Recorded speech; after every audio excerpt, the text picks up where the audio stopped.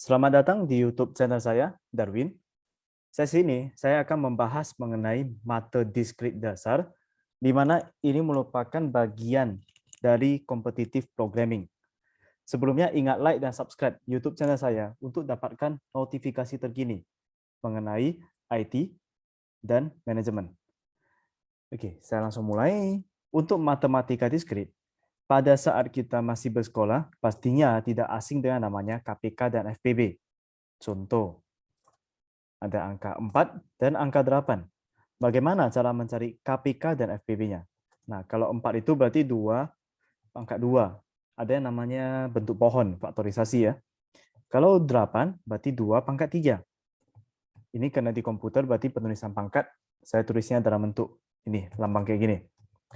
Untuk mencari KPK adalah yang sama, yang paling banyak. Angka yang sama ini, yang paling banyak itu kan paling besar ya. Berarti kan 2 pangkat 3.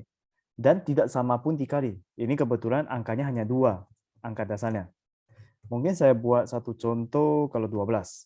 12 itu adalah, kalau di pohon faktor, 12 kan 2 kali 6, kemudian 6 itu adalah 2 kali 3. Berarti 2 pangkat 2 dikali 3, pangkat 1. Maka KPK-nya adalah, untuk yang sama, cari yang paling banyak. Ini kan 2, yang paling besar itu 2.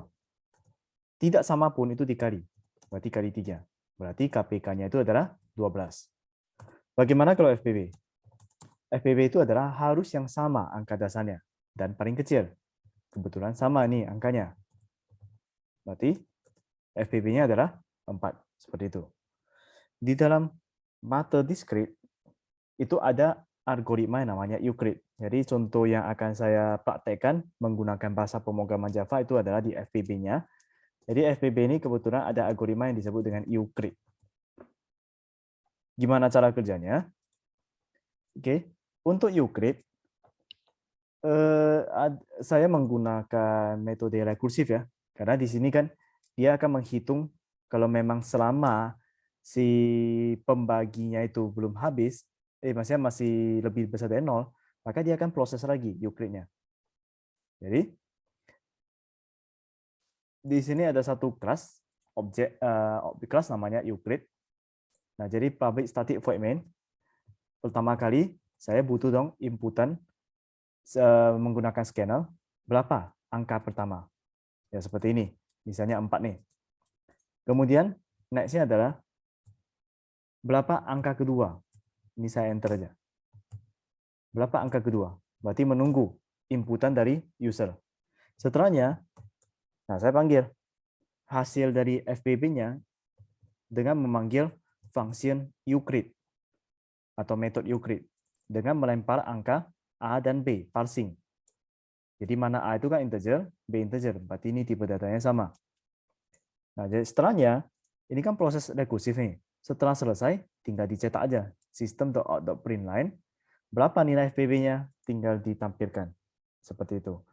Nah, dengan membuat metode, biasanya kan untuk kesulitan dalam memappingkan antara matematika ke bahasa pemrograman adalah di bagian hitung-hitungannya.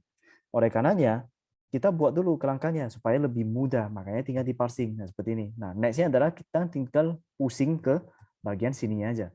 Bukan pusing sih, maksudnya tinggal effort kita fokus di bagian metodenya. Nah, terus gimana nih cara kerja dari Euclid? Ini saya tinggal kontrol, tekan, berarti fokus di sini ya. Nah, di dalam Euclid, dia akan menghitung. Dia akan parsing. Jadi, angka A dan angka B ini, angka A berikutnya adalah dia akan parsing angka B. Dan angka B ini adalah A persen B. Artinya dia akan mencari sisanya. A dibagi B. Sisa angkanya berapa? Selama angkanya itu pembaginya ya bukan 0, maka dia akan lanjut terus. Dia panggil terus. Tetapi kalau sudah mencapai angka 0, maka dia langsung return nilai A.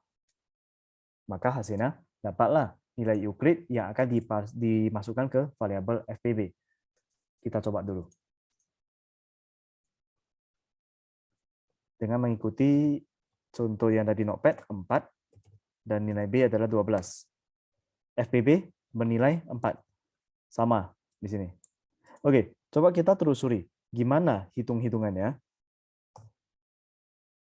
Awal mulanya berarti kan nilai Euclid. Nilai A itu adalah 4, nilai B adalah 12. Oke, masuk kembali. A 4, B 12. Apakah B itu bernilai 0? Ini kan B. 12 0, bukan kan? Berarti dia akan panggil lagi. Euclidean kepanjangannya. Euclid nilai B-nya berapa? 12. A persen B. Berarti 4 dibagi 12, sisa berapa? Sisanya masih 4. Oke. Dipanggil. Panggil lagi. Euclid. Berarti untuk Euclid yang pemanggilan berikutnya ini adalah nilai A bernilai 12 dan nilai B bernilai 4.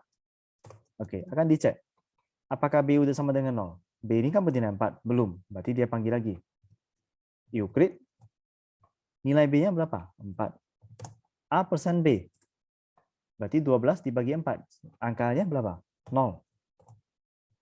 Maksudnya 12 dibagi 4 menghasilkan sisa berapa? Ya 0. Karena 12 dibagi 4 kan 3. Nggak ada sisa bagi lagi. Berarti nilai A sekarang adalah 4, nilai B 0. Apakah B udah bernilai 0? Iya. Maka dia return A. Return A berarti nilainya 4. Oke.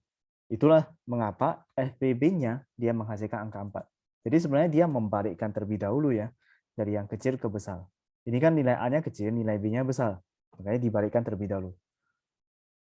Oke, kalau memang mau uji, kita bisa tes sekali lagi untuk angka lain. Gimana kalau saya buat angka 3 dan 1? Berarti FPB-nya 1. Kita uji. Nilai A 3. 3 itu berarti 3, ini kan udah prima, berarti 3. 1 kebetulan 1. FPB ini gimana? Harus yang sama dan paling sedikit. Ini kan nggak ada yang sama. Palingan 1 aja. Sebenarnya 1 itu adalah 3 itu adalah 3 kali 1. Jadi yang sama yang memang hanya 1 aja. Seperti itu. Makanya keluarannya adalah 1. Kita lihat gimana pemanggilannya menggunakan Euclid. Euclid. Nilai A adalah 3, nilai B adalah 1. Apakah B bernilai 0? B ini 1, belum. Berarti dia akan panggil lagi Euclid. Nilai A menjadi B. Berarti 1. A persen B. 3 dibagi 1. Sisanya berapa? 3 bagi 1. Berarti sisanya 0. Berarti sekarang nilai A adalah 1, nilai B adalah 0. Apakah B bernilai 0? Iya. Maka dia kembalikan nilai A-nya, 1. Makanya nilai VB-nya bernilai 1. Seperti itu. Oke. Sekarang kita akan bahas mengenai permutasi. Permutasi ini adalah pemilihan urutan elemen-elemen dari suatu himpunan. Harusnya nggak asing lagi ya. Ketika di sekolah, udah membahas mengenai permutasi di mata pelajaran matematika. Jadi permutasi ini dia selalu menggunakan konsep faktorial. Faktorial berarti kalau misalnya 5 faktorial, 5 kali 4 kali 3 kali 2 sampai 1. Contoh kasusnya gimana? Misal, ada 5 anak. Katakanlah anak itu bernama A, B, C, sampai E. Mereka mengikuti sebuah kompetisi. Dalam kompetisi, akan diambil 3 peserta sebagai pemenang. Jadi berapa banyak susunan pemenang yang berbeda dari kelima orang itu? Berarti pemenang ini adalah pemenang 1, 2, dan 3. Jadi anggap aja kita mengambil semua anak itu sebagai pemenang. Berarti 5 faktorial. Kenapa 5? Karena memang dia ada 5 anak. AB pemenangnya bisa jadi A, B, C, D, E, A, B, C, E, D, A, B, C, D, E. Seperti itu, dia putar-putar. Apabila kita hanya mengambil 3 peserta saja, berarti perhatikan, berarti ada 2 cara yang berbeda yang bisa kita anggap sama. Kenapa? Karena ambil 3 orang pemenang. A, B, C, D, E. A, B, C, E, D. Ya, pemenangnya sama. Ini yang penting A, B, C, A, B, C. Jadi 3 peserta yang menang itu adalah udah pasti A, B, dan C. Jadi ya sederhananya tinggal dibagi aja dengan menggunakan aturan pembagian. Total anak ada 5, berarti 5 faktorial. Kemudian yang sisanya, kan 3 pemenang yang diambil. Berarti kita kurangi, 5 kurang 3, berarti 2 faktorial. Maka ada 60 cara susunan untuk menentukan pemenang yang berbeda.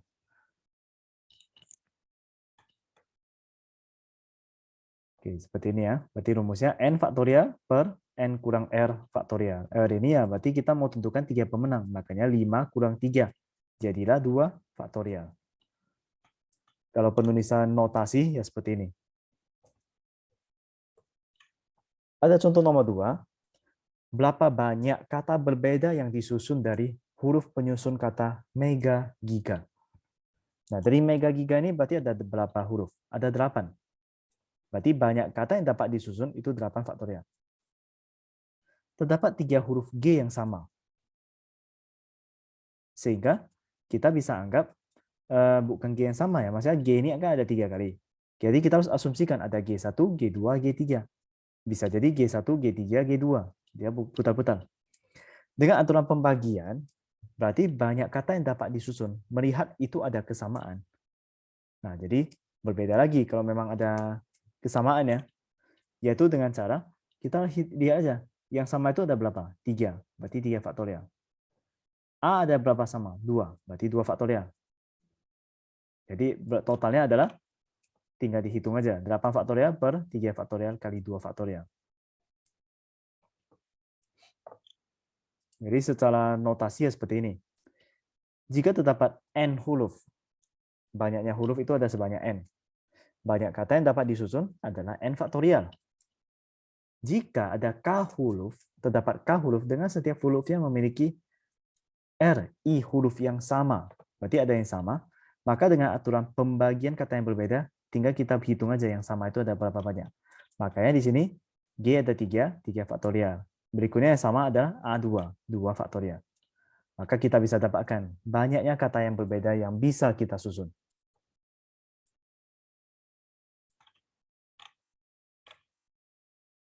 Contoh berikutnya adalah permutasi meringkal. Asumsikan ada 4 anak, A, B, C, dan D. Berapa banyak susunan posisi duduk yang berbeda apabila mereka duduknya meringkal? 4 anak berarti 4 faktorial, total ada 120. Jadi kita perhatikan, berarti bisa jadi posisinya A, B, C, D, B, C, D, A, C, D, A, B, D, A, B, C. Ingat ya, posisi meningkat. Jadi ada lingkaran. Jadi lingkaran itu misalnya A, ada di B, ada di C, ada di D. Karena susunan tersebut merupakan rotasi. Rotasi berarti gini ya, kalau saya tulis dulu di notepad, ini A, ini B, ini C, ini D.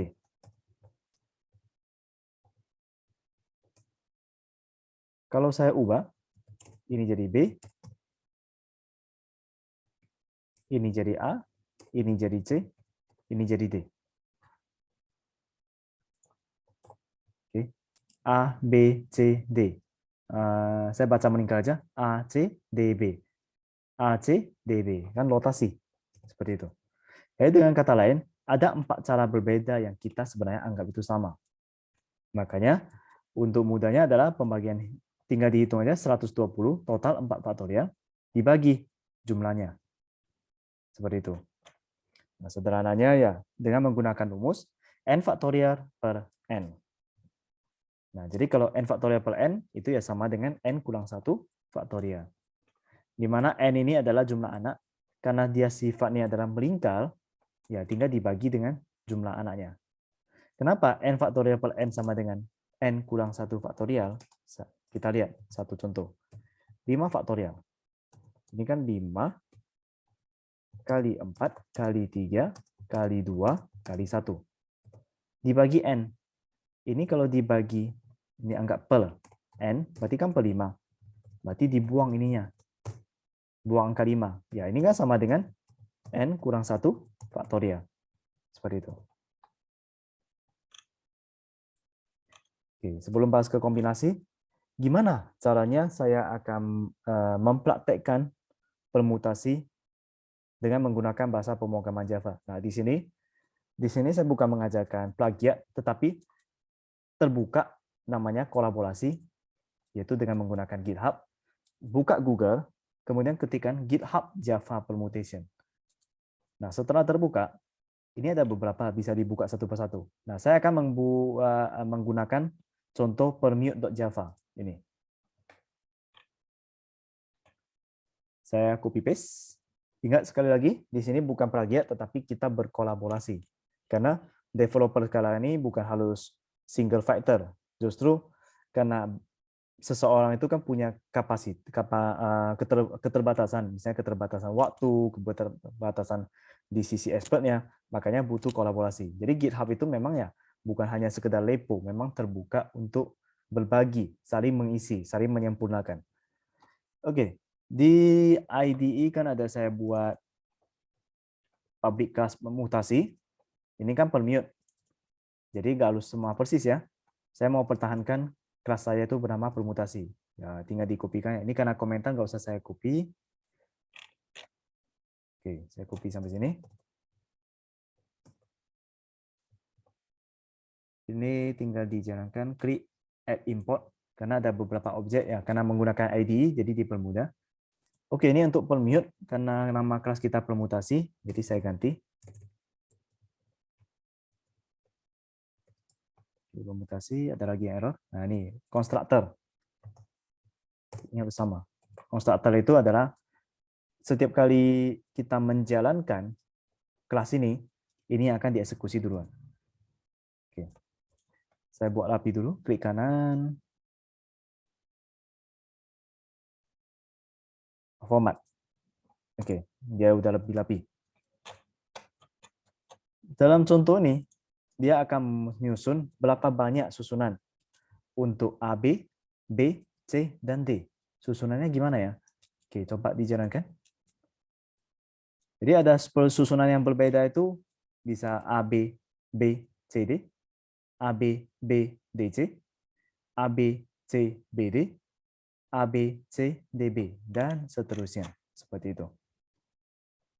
Ini karena dibuat statik, kalau memang mau menggunakan inputan dari user, ya adopsi saja dari Euclid kita menggunakan scanner keyboard, seperti itu. Jadi dari permutasi ini, kenapa ya tadi dari contoh, ini contoh kan ada beberapa.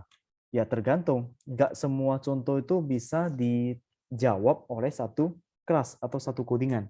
Jadi tergantung kasus. Kita harus pahami kasus dulu, baru kita buat untuk permutasinya. Jadi di dalam kelas ini permutasi bukan menyelesaikan semua contoh soal yang ada di permutasi ini. Contohnya duduk melingkar. Ini kan bukan contoh yang case melingkar. Seperti itu. Jadi ingat, harus disesuaikan dengan kebutuhan. Berikutnya saya akan membahas mengenai kombinasi. Kombinasi berbeda ya, karena kalau di soal ini berbeda dengan permutasi. Susunan ABC dan BAC ini merupakan susunan yang sama. Karena yang penting satu tim itu ada A, B, dan C. Seperti itu. Makanya digunakan kombinasi. Ada 5 anak, ada A sampai E. Yang mana yang akan dipilih 3 anak untuk mengikuti kompetisi? Seperti contohnya di sini. Saya mau pilih A, B, C, atau A, C, B. Ya orangnya itu 3 orang itu juga kan. Makanya harus dipakai kombinasi. Rumusnya adalah seperti ini ya, notasinya. Berarti P, N, R. N ini 5. Yang bawah ini adalah dia akan memilih 3 anak. Berarti yang tersisa 2. Oke, 2. Berarti 120 per 2. Berarti banyaknya susunan tim itu ada 60 orang. Untuk setiap susunan, terdiri dari anggota yang sama. Berarti akan terhitung 6 susunan yang berbeda. Yang mana seharusnya hanya dihitung sebagai satu susunan yang sama. Maksudnya adalah ABC, ACB, BAC, BCA. Ini intinya sama, orangnya 3 itu aja. Oleh karenanya, kita tinggal pakai aja aturan pembagian. Jadi tadi total kan ada 60 per berapa? Per 6. Dengan 6 susunan yang berbeda. Jadi hasilnya ada total 10 susunan. Oke, dengan menggunakan notasi ini ya. Jadi kalau mau pakai rumus kombinasi ya seperti ini. Lebih detailnya. C, NR, ini N faktorial per N kurang R faktorial dikali R faktorial. Jadi N faktorial, ini tadi, hitung dulu untuk pembilangnya ya, berarti 5, karena 3 pilih 3 anak, berarti dikurangi. Lalu nanti dibagi dengan 6 susunan. Contoh berikutnya, Pak Dengkrek ingin membeli kue pada toko kue yang menjual 3 jenis kue, coklat, stroberi, kopi. Kalau beliau ingin membeli 4 buah kue, berapa banyak kombinasi kue berbeda yang dapat dibeli? Oke, jadi di sini kita udah mulai membagi kombinasi. Mau coklat stroberi dengan stroberi coklat, itu menghasilkan kombinasi yang sama. Jadi kita dapat membeli suatu jenis kue beberapa kali atau bahkan tidak membeli sama sekali. Contoh soal ini dapat dimodelkan kalau secara matematika, berarti A tambah B tambah C intinya adalah 4. Dan pastinya A, B, C itu lebih besar dari 0. Nah, penyelesaiannya gimana? Kita bagi 4 kue tersebut menjadi 3 bagian. Mengapa 3? Karena ini kan ada 3 rasa, coklat, stroberi, dan kopi.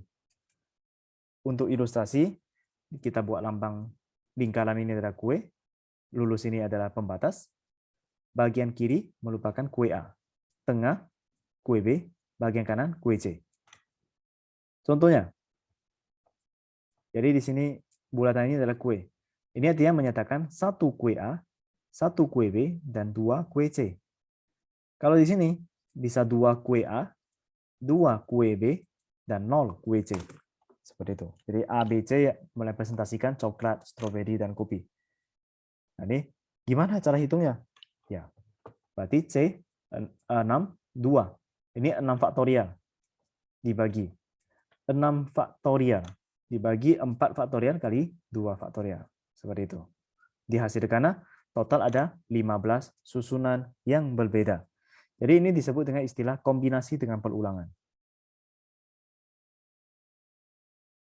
Secara umum, kita ingin mencari banyaknya susunan nilai berbeda dari S1, S2, sampai XR, di mana kalau dijumlahkan ini ya jumlahnya N. Ya, untuk membagi N objek menjadi R bagian, maka akan dibutuhkan satu pembatas, R kurang 1. Oke, contohnya gimana? Dengan cara yang sama, saya tulis GitHub Java Combination. Kemudian saya akan membuka salah satu GitHub ini. Dan di IDE saya di Java udah tersedia kelas kombinasi. Oke, tinggal coba saya copy paste. Ini namanya combination. Kalau punya saya kombinasi. Jadi saya copy aja nih. Kemudian lakukan paste. Klik kanan, format supaya codingannya lebih rapi. Oke. Ini public static void main. Ini adalah metode utama yang akan dieksekusi. Dia akan sediakan objek ada A, B, C, D, dan E. Setelahnya, dia panggil metode combination ini. Dengan memparsing A, B, C, D, E ini. Dan dia butuh 3 nilai K-nya. Nilai K itu berarti kalau kita menuju kemari, ya bagian ini, bagian di bawahnya. Oke, coba dijalankan. Klik kanan, run. Seperti inilah. Berarti C 53. Kombinasi dari 53 itu adalah 10. Kita putihkan. Ini kan nilai C, atasnya kan 5. 53 itu berarti 5 itu ditulis atas, 3 ditulis di bawah. 5 faktorial dibagi 5 kurang 3. Kita lihat dulu rumusnya. Kombinasi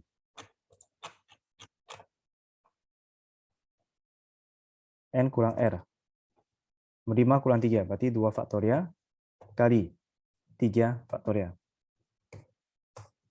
5 faktorial kan berarti 5, saya tulis ketik 4, 3, 2, 1, dibagi 2 kali 1. 3 faktorial 3 kali 2 kali 1. Oke. 3, 2, 1. 3, 2, 1, ini kan dicoret. 1 habis. 2, 4 dibagi 2. Berarti ini jadilah 2. 5 kali 2 dapatlah 10. Berarti total kombinasi ini ada 10 buah. Yaitu ABC, ABD sampai ke CDE. 1, 2, 3, 4, 5, 6, 7, 8, 9, 10.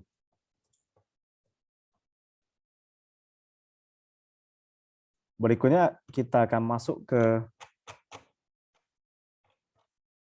segitiga Pascal. Ini merupakan susunan koefisien binomial dalam bentuk segitiga. Ini juga merupakan bagian dari kombinasi. Jadi baris pertama 1, baris kedua itu 1, 1. Baris ketiga ini ujungnya 1, ujung kanan juga 1. 1 tambah 1 dapatlah 2. Baris keempat didapatkan dari 1 tambah 2, 3. 2 tambah 1, 3. Baris kelima, 1 tambah 3, 4. 3 tambah 3, 6. 3 tambah 1, 4. Seperti itu. Bagaimana kalau setelah matematika? Maksudnya secara codingannya gimana? Jadi ini udah tersedia algoritma. Algoritma ini ditulis dalam bentuk pseudocode. Nah, pseudocode. Jadi awal mulanya kita harus pahami dulu apa yang namanya array, looping. Nah, dari sana baru kita bisa mappingkan. Jadi ini nggak boleh di-copy mentah-mentah. Tergantung jenis bahasa pemrogramannya. Sebenarnya ini pun nggak semua bahasa pemrograman pasti nggak bisa jalan. Karena ini just pseudocode. Dengan cara yang sama, saya search di Google, GitHub Java Pascal. Setelahnya saya buka salah satu GitHub. Oke. Nah, di sini saya copy paste. Ini nama kelasnya Pascal Triangle. Kalau punya saya namanya Pascal. Apa-apa? Kita copy dulu. Paste. Klik kanan, saya susun rapi format. Ini harus diubah. Pascal Triangle, kan nama kelas saya Pascal. Dan konstruktornya juga harus disesuaikan. Pascal. Pascal. Pascal. Oke, udah ya. Coba dijalankan. 1, 1, 1, 1, 2, 1, 1, 3, 3, 1, pas ya. 1 tambah 2, 3, 2 tambah 1, 3. Jadi 1, 4, berarti 1 tambah 3, 4. 3 tambah 3, 6. 3 tambah 1, 4. Jadi pas. Oke. Ini adalah contoh mulai dari Euclid, Pascal, permutasi, dan kombinasi. Sebenarnya matematika diskrit dasar bukan hanya ini aja, itu masih banyak. Tapi goal dari video ini adalah saya ingin menyampaikan bahwasannya pemahaman matematika diskrit untuk bahasa pemrograman, terutama competitive programming, itu penting sekali. Jadi jangan pernah melupakan pelajaran matematika. Dan yang kedua adalah, kalau memang di GitHub repository bukan hanya sekedar tempat menyimpan coding dan berkolaborasi. Dan kolaborasi itu pun bukan hanya in-house semata, maksudnya dengan partner, tetapi kita bisa berkolaborasi dengan programmer yang ada di tempat lain, yang bahkan tidak kita kenal. Nah, kayak contoh, saya ada buka di GitHub di Google, kemudian saya search, dapat GitHub-nya. Nah, tinggal saya copy paste. Kalau memang ada yang bisa saya tune up, saya ubah, disesuaikan dengan kebutuhan, ya silakan diubah. Tapi dengan catatan, kalau memang kita mengambil repository seseorang, ya kita berikan kredit. Kredit dalam artian memberikan apresiasi. Apresiasi seperti gimana? Ya contohnya kita mau lampirkan linknya. Link ini repo-nya saya ambil dari punya siapa, seperti itu. Karena di sini kolaborasi dan saling menghargai karya seseorang itu penting sekali. Baik, demikian rekaman saya mengenai matematika diskrit yang dipraktekkan dengan menggunakan bahasa pemrograman Java. Semoga bermanfaat. Saya Darwin, terima kasih.